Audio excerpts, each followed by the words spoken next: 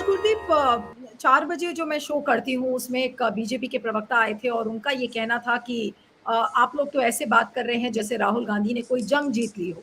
उनका ये कहना था कि अभी तो शुरुआत है, अभी आगे देखिए क्या-क्या होता है। उनका मतलब ये था कि मेबी शायद आगे जाकर कुछ चीज़ें एडवर्स हो सकती हैं राहुल गांधी के लिए। इस पर क्या कहेंगे? कुछ इसी तरीके की प्रतिक्रियाएँ और भी कई बीजेपी नेता इस पर दे रहे हैं। जंग जीत ली है आज। ये स्टेज जो है ये किसी जंग जीतने से कम नहीं है। क्यों?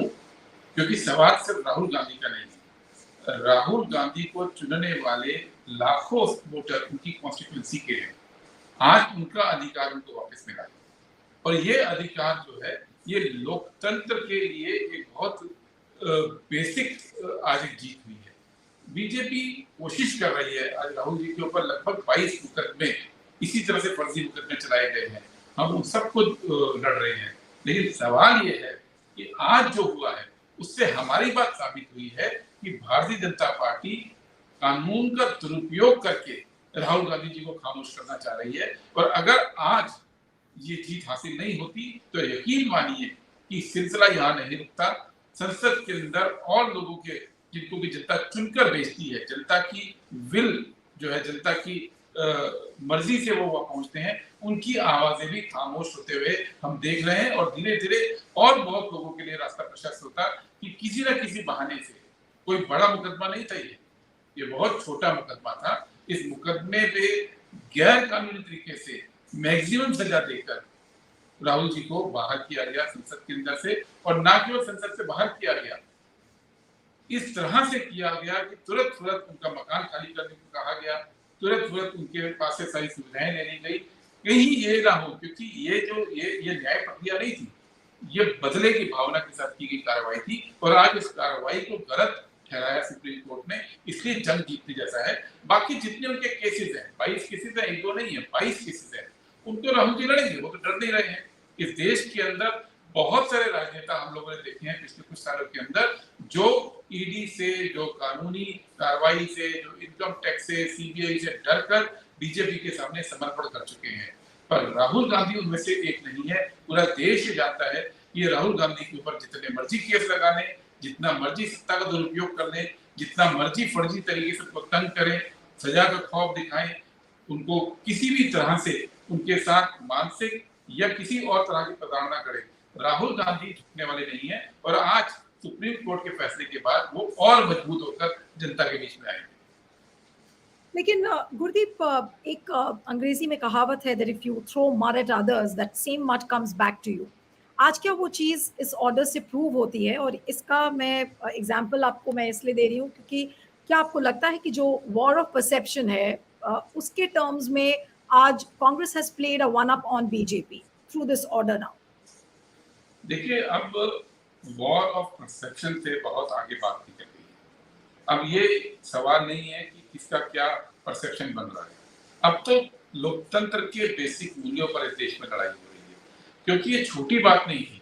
आप नीलू जी इस बात को समझिए जो आज बात कही गई और जिस बात को हम बहुत समय से कह रहे हैं, और उसको शायद मुझे और आपके दर्शकों के लिए मैं बताना चाहता हूँ कि इस देश में दो तरह के क्राइम होते हैं, एक जघन्य क्राइम और एक सामान्य क्राइम, हीनियस क्राइम। जो लोकसभा की सदस्यता या विधानसभा की सदस्यता जाने का प्रावधान है वो जघन्य क्राइम के अंदर, हीनियस क्राइम, और उसकी कानून में डेफिनेशन है। कानून के अंदर उसकी परिभाषा बहुत क्लियर है। आईपीसी के अंदर दो तरह के जुर्म है, समन क्राइम एंड वारंट क्राइम। एक के अंदर 2 साल से कम की सजा होती है, एक में 2 साल से ज्यादा की सजा होती है। और जितने भी वारंट क्राइम जिनमें 2 साल से ऊपर की सजा होती है, उनमें डिस्क्वालिफिकेशन का प्रावधान रखने की बात थी, इसलिए 2 साल की लिमिट तय की गई थी। अब बिल्कुल जिसको कहते हैं कि मोटिवेटेड तरीके से आपने क्राइम का नेचर चेंज कर दिया। डिफेमेशन जघन्य अपराध था ही नहीं कभी। जब ये कानून बना डिस्क्वालिफिकेशन का तब जघन्य अपराध नहीं था। जब आईपीसी की धाराएं बनी तब ये जघन्य अपराध नहीं था। जब कोर्ट के अंदर केसेस जाते रहे तब भी जघन्य अपराध नहीं था। जो जघन्य अपराध था ही नहीं, उस अपराध में जघन्य अपराध की धारा लगाते हुए मैक्सिमम पनिशमेंट दे दी गई और डिस्क्वालीफाई कर दिया गया। कोई ऐसा इश्यू तो था नहीं। तो ये जो ये जो चालाकी की गई, जुडिशियल चालाकी बीजेपी के द्वारा, और चालाकी नहीं वेपराइज किया गया, आज उसके खिलाफ हम जा रहे हैं। बात परसेप्शन की है ही नहीं। इस देश में बताना चाहते हैं कि ये जो क्राइम है, ये क्राइम हीनियस क्राइम नहीं है, इसके अंदर सदस्यता जा ही नहीं सकती है। 2 साल की मैक्सिमम लिमिट देकर एक तरीके से कोशिश की गई, और इसलिए आज जो सुप्रीम कोर्ट के माननीय जज हैं, उन्होंने कहा कि ट्रायल कोर्ट ने केवल सजा सुना दी और मैक्सिमम सजा सुना दी, लेकिन सजा क्यों दी गई, इसके कारणों की डिटेल दी नहीं। तो देश की जुडिशरी पे भी ये सवाल है, और गुजरात से आने वाले फैसलों पर तो आज खुद ओबिटर डिक्टा में बातचीत के अंदर सुप्रीम कोर्ट ने एक सवाल उठाया है कि वहां के जो जजमेंट्स आ रहे हैं वो बड़े रोचक हो रहे हैं, और अभी उन्होंने कहा हमने 2 और अभी इंटरेस्टिंग रीडिंग वाले 2 केसेस देखे हैं। तो आज सवाल ये है कि क्राइम कुछ और, डिस्क्वालिफिकेशन का कानून कुछ और जबरदस्ती उसको लागू करने के लिए एक सजा दी गई। और एक और चीज बताऊं मैं आपको, ये जो 2 साल की सजा वाली जो आगे आने वाले दिनों में सुप्रीम कोर्ट में बात आएगी, ये 2 साल की सजा देने पर भी डिस्क्वालिफिकेशन नहीं हो सकता है, क्योंकि इनकम टैक्स के बहुत सारे केसेस के अंदर सुप्रीम कोर्ट ने खुद जजमेंट दे रखे हैं कि 2 साल से ऊपर की सजा का मतलब होता है 2 साल प्लस 1 मिनट।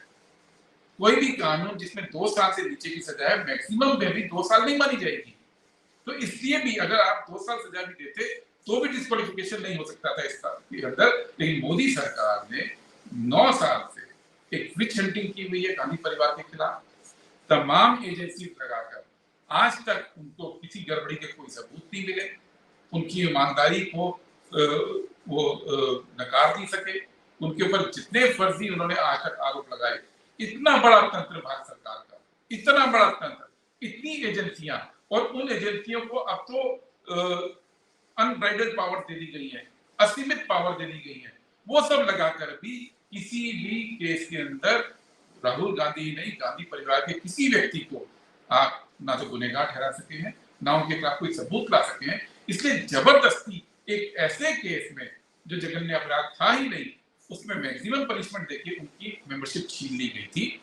आज के जजमेंट के बाद अब मेंबरशिप वापस आएगी, और ये यकीन मानिए आज का दिन जो है भारत की कंटेम्परेरी राजनीति के अंदर एक टर्निंग पॉइंट साबित होगा। हर वो व्यक्ति